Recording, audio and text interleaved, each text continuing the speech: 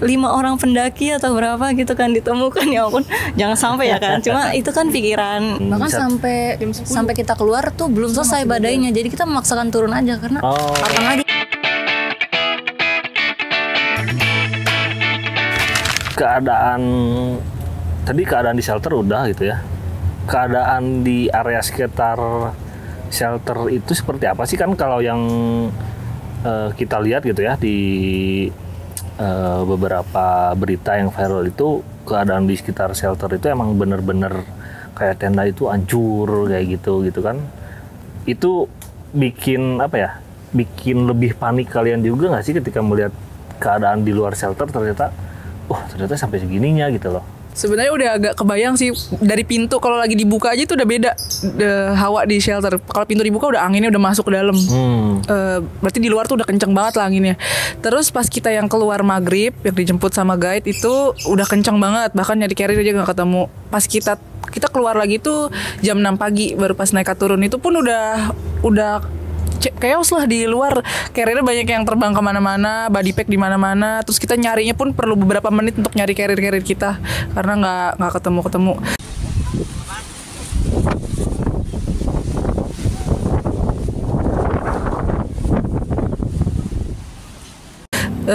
Terus pas turun pun karena masih badai, jadi kita nggak bisa berdiri biasa turun. Jadi kita tuh turunnya jongkok, sambil diseret ininya carriernya. Itu kita berlima kayak gitu, di lead sama Neo karena Neo cowok sendiri. Kita berlima kayak gitu, sesekali kayak mastiin teman depan belakang masih aman. Sampai udah di mana itu? Udah turun dikit lah ya. Udah baru badai udah agak reda tapi masih hujan. Jadi kita turunnya jongkok dan seret-seret carrier itu gitu. Oke. Berarti tadi selama di shelter itu kalian banyak dari 15 jam itu kebanyakan berdiri satu gitu ya. Terus nggak makan ya? Iya. Karena teman-teman itu ikut open trip ya. Jadi logistik itu makanan udah dibawa duluan ya, berarti ya. Iya. Tapi selama itu tuh benar-benar nggak makan sama sekali di dalam shelter gimana? Ya jadi kita emang nggak makan sama sekali. Nggak makan berat. Tapi Neo tuh salah satu itu dia bawa snack. Cuma snacknya itu kan ada di carrier di luar. Kayak ada yang bawa roti juga ya? Dia siapa? Siapa ya? Kayak ada yang bawa snack juga. Mungkin dari Iya, karena sama di luar. Nggak tahu di mana ya posisinya ya. Iya, nah itu posisinya entah gimana pas jam sore atau malam. Neo tuh akhirnya malam ya bisa dia keluar nemu carriernya, bawa snacknya dia sama minum. Terus aku dipanggil sama Tias, Din mau nggak makanan? Itu adalah sebuah biskuit 1 biji doang ditawarin Tias. Terus iya gitu, makan biskuit itu doang kan. Makan itu, terus karena itu posisinya aku masih tawarin Tias lagi nahan shelter, samping aku ada mas-mas, dia juga, aku yakin dia juga pasti belum makan. Jadi aku tawarin tuh biskuit 1 itu. Terus ya udah kita potekan, jadi aku makan separuh biskuit itu doang selama 15 jam. Yang lain dibagi 2 sama si mas-mas tadi itu. Banget, bagi 2. Enggak sampai tukeran nomor WhatsApp? Enggak sampai, udah enggak kepikiran. Enggak kepikiran ya kalau dalam keadaan gitu ya. Ini ya, maksud itu kok bangga ya. Kepikiran takut viral ya. Berarti masih ada ini ya lah ya, menurunkan ego dengan masih pengen berbagi dengan yang lain lah ya. Iya benar. Ya. Tapi selain rombongan kita, yang lain pun juga kayak gitu sih yang aku lihat. Kayak misalnya yang hipo, terus kan sama carrier kan semua di luar. Rata-rata yang hipo juga cewek dan basah kan bajunya, mereka harus ganti. Itu kayak ganti baju ditutupin, terus ada yang celana kering gitu. Jadi saling bantu, terus nyari keluar carrier yang kira-kira bisa ngambil baju, kasih baju ke dia gitu. Terus pas udah sampai base camp juga aku ketemu rombongan lain, dia bilang sleeping bagnya dipinjem, ada yang hipo di atas. Jadi kayak emang saling bantu sih semuanya juga aku lihatnya. Menurut kalian nih, setelah tadi mengalami badai yang ekstrim lah ya di Gunung Merbabu, dan semua pertama kali ya ke Merbabu berarti ya? Iya, pertama kali. Nah, terus hikmahnya tuh atau kesimpulannya itu apa sih dari kalian gitu? Terutama kayak siapa? Tias ya, Tias karena yang pertama kali ada kesimpulan atau hikmahnya itu dari kalian masing-masing apa sih ketika kemarin ketemu badai yang ekstrim itu? Apakah aduh kayaknya gue kapok nih, nggak akan naik gunung lagi deh kayaknya gitu, karena takut kena badai lagi gitu atau apa gitu. Silakan dari Dina dulu atau mau siapa? Boleh. Ya udah mungkin aku dulu. Kalau sebenarnya kalau pribadi aku kapok nggak ada sama sekali kapok untuk ke gunung. Terus ini pun aku juga cerita ke orang tua badai ini, dan dari orang tua sebenarnya ya udah nggak apa-apa gitu. Ayahku nggak sampai jangan ke gunung lagi. Soalnya ayahku juga suka naik gunung, jadi dia masih ngebolehin gitu, nggak apa-apa. Cuma yang jadi pelajaran itu ya kita lebih perhatiin soal cuaca aja sih. Ini jujur kita agak kelepasan juga karena bisa dibilang agak ngeremehin ya. Udah tahu di Jakarta pun hujannya lagi musim hujan lagi nggak bagus. Terus sempat tanya-tanya di sana juga sempat hujan. Harusnya itu udah jadi warning juga buat kita. Mungkin yang jadi pelajaran adalah lebih perhatiin cuaca dan lebih tahu medannya lah yang lebih detail. Karena kita cuma tahu kita akan naik gunung ini via ini, treknya sekian lama, cuma sebatas itu aja gitu. Oke. Tias gimana nih Tias? Nah kalau aku sih karena baru pertama kali gitu, karena ini teman-teman udah pada naik gunung juga udah mempercayakan, jadi mempelajari medannya tuh justru malah nggak terlalu banyak gitu, malah yang penting ada mereka lah yang udah naik gunung gitu, udah mempercayakan gitu. Terus ya prepare-nya sih kalau menurut aku udah dari segi apa ya material atau fisik pun udah menurut aku udah oke. Cuman mungkin dari prepare kayak yang tadi cuaca gitu harus lebih di di schedule lagi. Terus kalau masalah kapok atau enggaknya, aku lebih ke sayang aja sih udah nyampe di pos 3 ya kalau nggak salah pos 3, tapi nggak nyampe puncaknya, lebih ke sayang aja gitu, udah jauh-jauh kesempatannya pertama kali gitu. Jadi ya kalau bisa sih ya mau lagi sih sebenarnya naik gunung, cuman harus lebih well prepared lagi sih. Merbabu lagi? Kayaknya enggak deh. Kalau kita ke Merbabu ikut nggak? Kayaknya enggak deh. Musim kemarau kok. Musim kemarau. Kalau untuk aku kapok atau enggak ya, maksudnya sebenarnya kita sendiri memutuskan untuk naik pas musim hujan, kita udah tahu kalau kita bakal kehujanan, itu udah tahu. Cuma kalau untuk kena badai itu sama sekali nggak expect, dan dengan terkena badainya ini tuh bikin kita kedepannya lebih aware lagi kapan waktu yang tepat untuk naik gunung gitu kan. Jadi jangan ambil musim hujan, apalagi kemarin mungkin karena pancaroba juga mungkin ya. Jadi cuacanya kan nggak tentu banget tuh, anginnya juga. Jadi lebih aware sama cuaca, dan lebih ini juga sih, lebih mungkin skill kita untuk jaga diri di alam lebih meningkat ya. Kita lebih berpikiran positif selama 15 jam dengan membuat badan kita membuat badan kita, mensugesti badan kita untuk kuat selama 15 jam tanpa asupan makanan yang berat dan minum yang cukup, dan nggak tidur itu sudah bisa dijadikan sebagai mungkin kayak buat kedepannya ya kan. Jadi misalnya kita bisa lebih menjaga diri lagi untuk kedepannya. Udah tahu nih kalau misal jangan sampai terkena badai lagi. Cuma kalau misalkan cuacanya emang nggak baik tuh kita udah tahu gitu loh, kita maintain badan kita tuh kayak gimana gitu biar nggak drop, nggak sakit. Karena kan emang kemarin banyak yang sakit juga ya, banyak yang hipotermia lah atau apalah gitu. Kalau kapok sih enggak, Kamala pengen ke Merbabu lagi. Mungkin nanti kalau kemarau. Kalau siapa tahu kan enggak badai ya. Terus kalau misalkan untuk kedepannya sih paling lebih ke assessment data ya. Karena emang sih dari yang sebelum naik gunung belum pernah kepikiran kalau misalkan ada badai itu kita bakal ngapain dan harus kemana gitu. Nah pas di Merbabu dan lagi badai dan pas banget di sebelah kiri, aku ingat banget sebelah kiri pas aku nengok ada shelter. Terus mungkin ini tempat yang bagus buat kita kalau misalkan ada kenapa-napa di gunung, karena sebelum-sebelumnya belum pernah kejadian kayak di badai ini. Nah mungkin kalau misalkan ke gunung lagi untuk tambahan data itu buat kita cari tahu tempat untuk kalau misalkan ada kejadian badai lagi atau kejadian yang lain-lain gitu. Oke. Jadi ketika ada badai, keselamatan terus di situ ada shelter emergency, jadi kita tahu kalau misalnya ada keadaan darurat kita harus kemana. Kita langsung ke situ gitu. Ya. Closing statement dari teman-teman sekalian nih yang kemarin merasakan langsung ganasnya badai Merbabu lah ya. ekstrimnya badai merbabu, apa nih, entah itu misal si shelter ini sangat membantu teman-teman ketika kemarin waktu itu mengevakuasi mandiri gitu atau apapun itulah, silakan dari masing-masing.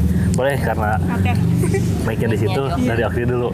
Mungkin kalau dari aku emang karena kita belum pernah ngerasain badai itu kayak gimana dan ternyata badai itu se-ekstrim itu, kalau aku sih sangat bersyukur, alhamdulillah banget ada shelter pas banget kita ada badai terus ada shelter itu, kita alhamdulillah, aku sangat bersyukur sih kalau ada shelter. Kalau takut banget soalnya takut kenapa-napa. Takut kenapa-napa soalnya waktu itu tuh langsung udah apa ya, kita aja berdiri udah goyang-goyang kayak gitu, harus benar-benar sadar dan harus benar-benar kuatin kaki biar nggak terbang-terbang. Nah pas banget di depan mata tuh ada shelter, jadi kita alhamdulillah ya Allah gitu. Iya sangat bersyukur, ini siapa yang bikin shelter, kayak aku beneran di dalam hati aku kayak ini makasih banget yang udah bikin shelter gitu. Karena udah berguna itu dan sebermanfaat itu dan melindungi kita semua gitu. Sampai ada di sini. Iya, sampai ada di sini benar. Kalau kita nggak akan ketemu ya. Iya. Dan di desa gimana? Kalau dengan adanya shelter itu benar-benar sangat membantu ya, malah bersyukur juga kita punya pemikiran untuk stay di shelter. Karena kan kemarin sempet mikir ya, maksudnya mau lanjut atau berhenti nih di shelter, dan sempat sempat nggak tahu juga nih shelternya bakal dibuka apa enggak, karena aku waktu itu nanya ke Kaneo ada orang nggak dan dibuka nggak gitu. Ternyata ada orang, dan pas masuk sangat-sangat penuh, dan benar-benar keberadaan shelter itu benar-benar ngebantu kita untuk bertahan hidup di Merbabu. Karena pas kita bandingin keluar dari pintu shelter aja tuh udah sangat-sangat membahayakan diri gitu. Jadi dengan adanya shelter ini sangat-sangat membantu kita. Sampai sekarang kita masih ada di sini karena ada shelter. Karena kita berlindung di shelter lebih tepatnya gitu. Ya kalau dari aku sih mungkin dari seluruh perjalanan sampai maksudnya kayak naik gunung gitu, yang paling berkesan ya di shelternya itu gitu. Kok bisa ya berdiri sampai berjam-jam itu, padahal kalau naik kereta 2 jam aja udah capek banget gitu. Ini kayak udah benar-benar yang namanya bertahan hidup banget gitu kan. Terus yang aku tahu juga tuh sebenarnya aku mikirnya itu bukan shelter sih, masalahnya aku nggak tahu itu shelter atau bukan gitu, cuman kayak tempat persinggahan. Tapi yang aku tahu ya cukup bermanfaat sih di shelter itu, karena membuat badan hangat juga. Terus ada P3K-nya, ya ada tempat penghangatnya juga ya kalau nggak salah gitu. Jadi sangat bermanfaat sih untuk ya kita berteduh lah di situ gitu. Dari Dinda gimana? Kalau dari aku ya pasti berterima kasih banget sama keberadaan shelternya. Makanya mungkin kita bisa ada di diskusi podcast kali ini pun karena aku komen ke IG-nya Are ya. Terima kasih ya sudah provide shelter. Jujur aja sebenarnya aku kira shelter itu dari BNPB, dari pemerintah aku kira. Tapi pas lihat-lihat di IG ternyata ada yang bilang kalau ini dari Are, ternyata salah satu penghasilan dari Are. Terus aku jadi stalking Are, terus ternyata benar memang lagi bangun beberapa shelter di beberapa gunung. Terus itu di grup yang aku juga langsung bilang kayak kita harus berterima kasih sama Are. Kita next harus beli produk-produknya Are. Ini nggak bohong, ini ada chatnya di WhatsApp. Nanti kita SS ya. Iya, nanti kita kasih lihat. Karena ya beneran seberguna itu gitu. Kita juga cukup mes juga sih sama yang penggagasnya, sampai kepikiran sekepeduli itu sama sesama untuk bikin shelter karena benar-benar berguna. Dan kalau nggak ada shelter ya entah deh kita mungkin akan di tenda atau paksa turun dalam keadaan sakit atau gimana gitu. Oke, ya tadi untuk shelter emergency sendiri ini tuh penggagasnya itu dari ada Masjid Survival, terus bekerja sama kita dan beberapa yang lain juga gitu. Jadi itu kita CSR membuat shelter emergency di beberapa gunung, dan memang itu dihibahkan untuk gunung tersebut. Misal untuk Merbabu kita hibahkan itu berarti ke Taman Nasional Gunung Merbabu gitu. Jadi yaitu dengan teman-teman membeli produk Array itu sedikit banyak telah membantu mengurangi resiko kecelakaan pendaki gitu. Salah satunya kalian ya berarti ya. Terus membantu kita ya. Terus dari si shelter emergency itu kan emang ada beberapa fitur yang sangat memudahkan lah untuk pendaki yang dalam keadaan darurat ingin menggunakan shelter emergency itu.